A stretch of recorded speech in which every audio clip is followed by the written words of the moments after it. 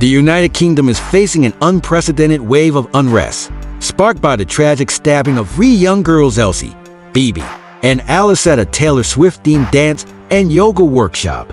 The nation's streets have erupted in protests. The suspect, Axel Muganwaru Dakabana, has been charged with the murders and attempted murders of several other children. Pending trial in October, the senseless act has ignited a firestorm of emotions and actions across the country, driving people to the streets in protest. What began as peaceful demonstrations quickly escalated into violent riots, particularly fueled by far-right groups. In cities like Birmingham, Sunderland, and Hull, protesters have clashed violently with police forces, leading to numerous injuries and arrests. The iconic scene at Birmingham's Bordesley Green, where a Sky News broadcast was interrupted by mass protesters shouting slogans, encapsulates the intensity and volatility of the situation. The protests have spread to various parts of the UK, including Rotherham, Middlesbrough, and Bolton, forcing the police to respond with increased measures. Prime Minister Keir Starmer has responded by pledging a standing army of specialist police officers to tackle the riots, following an emergency Cobra meeting with police chiefs. I utterly condemn the far-right thuggery we've seen this weekend. Be in no doubt, those that have participated in this violence will face the full force of the law. The police will be making arrests, individuals will be held on remand, charges will follow, and convictions will follow. I guarantee you will regret taking part in this disorder, whether directly or those whipping up this action online and then running away themselves. This is not protest. It is organised, violent thuggery, and it has no place on our streets or online. Right now, there are attacks happening on a hotel in Rotherham, marauding gangs intent on law-breaking, or worse, windows smashed, fire set ablaze, residents and staff in absolute fear. There is no justification, none, for taking this action, and all right-minded people should be condemning this sort of violence. People in this country have a right to be safe, and yet we've seen Muslim communities targeted, attacks on mosques, other minority communities singled out, Nazi salutes in the street, attacks on the police, wanton violence alongside racist rhetoric. So no, I won't shy away from calling it what it is, far-right thuggery.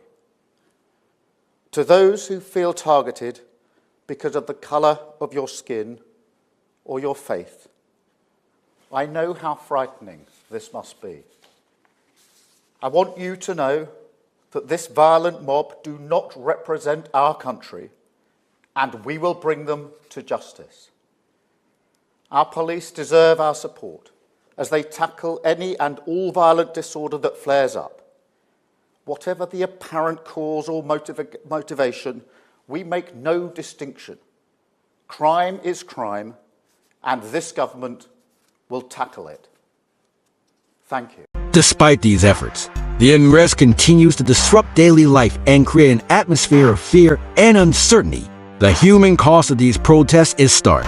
Several police officers have been injured in the line of duty, and the violence has instilled fear among residents. In Birmingham, the live broadcast interruption by mass protesters left viewers shocked and highlighted the perils faced by journalists covering these events. The situation deteriorated further when the news crew's vehicle was attacked, their tires slashed by a man wielding a knife. The fatalities resulting from the protests have added to the nation's grief. Among the victims are ordinary citizens who became caught in the chaos, such as a young nurse, a father of two, and a school teacher. These losses have not only devastated families, but also underscored the deep divisions within British society. Prime Minister Starmer's government has faced significant criticism for its handling of the protests. In his address to the nation, Starmer condemned the violence and promised that those responsible would face the full force of the law. His stern warnings and the deployment of additional police forces aimed to restore order, but they have also raised concerns about the potential for further escalation. Internationally, several countries, including Australia, Malaysia, Indonesia, and Nigeria, have issued travel advisories, warning their nationals to avoid areas affected by the protests. This global reaction underscores the severity of the situation and the widespread impact of the unrest. Amidst the chaos, stories of bravery and community support have emerged. In towns and cities across the UK, vigils have been held to honor the victims of the initial tragedy and those affected by the ensuing violence. Fundraising efforts have been launched to support the families of the deceased, and community leaders are working tirelessly to promote peace and solidarity. In Birmingham, a vigil for Sarah Patel, a beloved school teacher who lost her life during the protests, drew hundreds of attendees. Her sister, Anjali Patel, spoke movingly about Sarah's dedication to her students and her passion for education. Sarah was a beacon of hope and inspiration, Anjali said. Her legacy will live on through the lives she touched.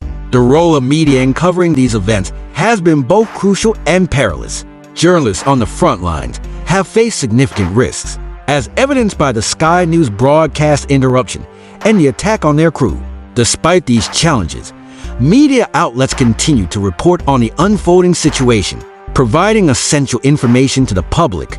The BBC, Sky News, and other major news organizations have dedicated extensive coverage to the protests, highlighting the scale of the unrest and the government's response. Their reporting has been instrumental in keeping the public informed and shedding light on the underlying issues driving the protests. As the UK navigates this turbulent period, the path forward remains uncertain. The protests have exposed deep-rooted societal issues that cannot be resolved through force alone. There is a growing call for dialogue and understanding to address the grievances that have led to such widespread unrest. Community leaders and activists are advocating for peaceful resolutions and greater government accountability.